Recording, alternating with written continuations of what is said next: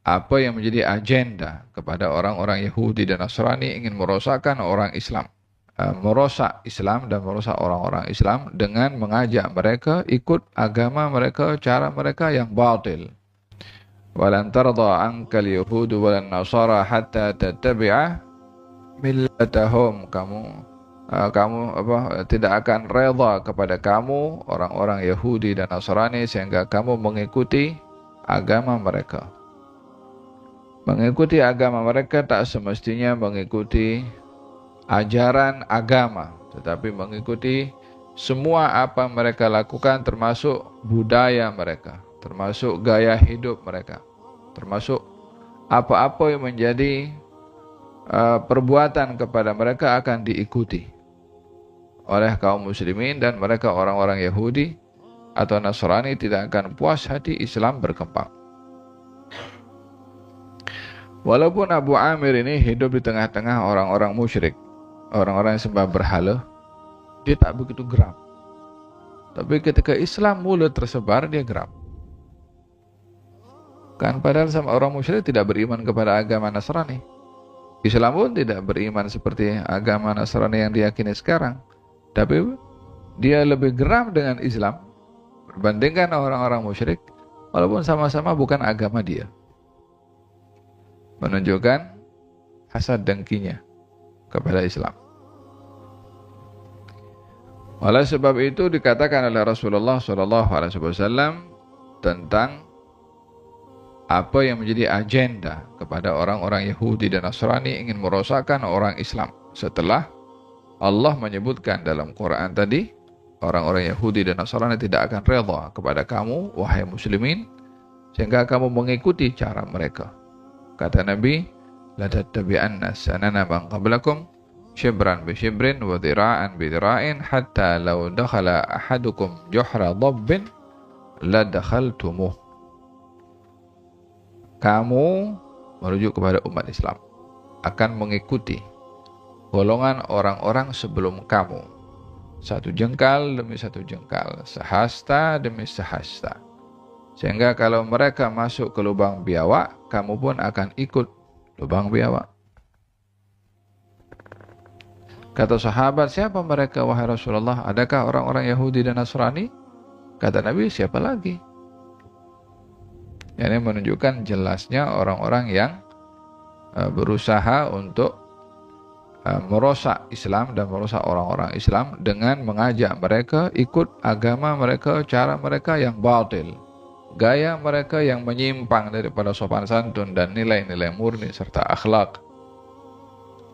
Sampai diberi perumpamaan, kalau mereka Yahudi Nasrani masuk lubang biawak, kamu pun umat Islam akan masuk juga lubang biawak. Ia bukan sebenarnya masuk lubang biawak, betul, tapi memberikan gambaran lubang biawak itu adalah rumahnya biawak yang sukar, nak masuk pun susah. Selalunya orang kalau nak buat rumah, buat pintunya yang mudah nak masuk. Biawak berbeza. Katanya walaupun sukar macam itu juga, walaupun pelik, walaupun tak masuk di akal, kamu pun akan ikut juga. Oleh sebab itu, kita realiti yang kita tengok zaman kita sekarang, ramai orang Islam mengikut cara orang-orang Yahudi dan Nasrani. Namanya, kalau lahir anak diberi nama entah siapa orang Yahudi wala Nasrani, namanya orang yang pandai main bola sepak ke, atau dalam kita punya gaya hidup keseharian, pakaian. Orang Islamnya ikut cara pakaian orang-orang Yahudi Nasrani, orang perempuannya pun juga sama juga. Rambut pun sama juga. Satu kasih botak tengah, satu kasih botak tepi, yang tengah dibiarkan. Pakai anting laki-laki. Pun orang Islam banyak meniru juga. Ada pula sekarang anting dekat lidah ke, anting dekat mana kau, dekat walhasil, dekat mata ke letak. Orang Islam pun ikut juga. Dalam kita punya kehidupan dalam perkahwinan pun juga orang Islam pun ikut cara juga.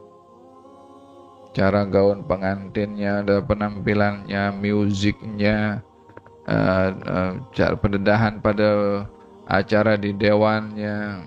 Orang Islam ikut juga, ikut orang putih katanya. Orang putih ini siapa? Malaikat ke? Nabi ke? Ikut sahabat ke di orang ini? Wala ikut orang-orang salihin ke?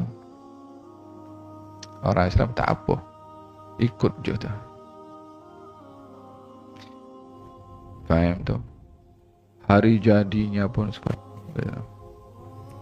lagu yang digunakan pun sama juga. Paham tuh?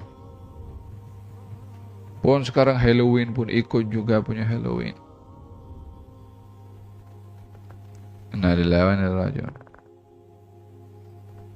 Takkan mereka tak ada ikutannya apa tuh diikuti? Takkan tak boleh membuat satu program yang sesuai dengan nilai-nilai Islam? Kenapa mesti ikut cara mereka?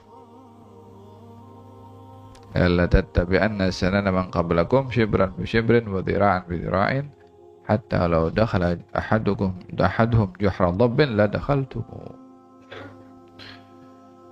Hadza kita perlu nampak atau perlu kita berbeza.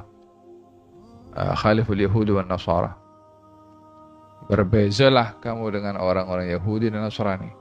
Dalam kita punya acara perkawinan, dalam kita punya acara hari raya, dalam kita punya acara majelis doa selamat ke, dalam acara kita punya apa sajalah.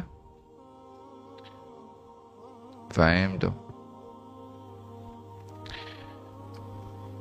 Oleh hada semakin orang itu kurang di dalam memberikan perhatiannya kepada syariat, kepada Nabi Muhammad, akan semakin besar keinginannya untuk meniru orang-orang Yahudi dan Nasrani.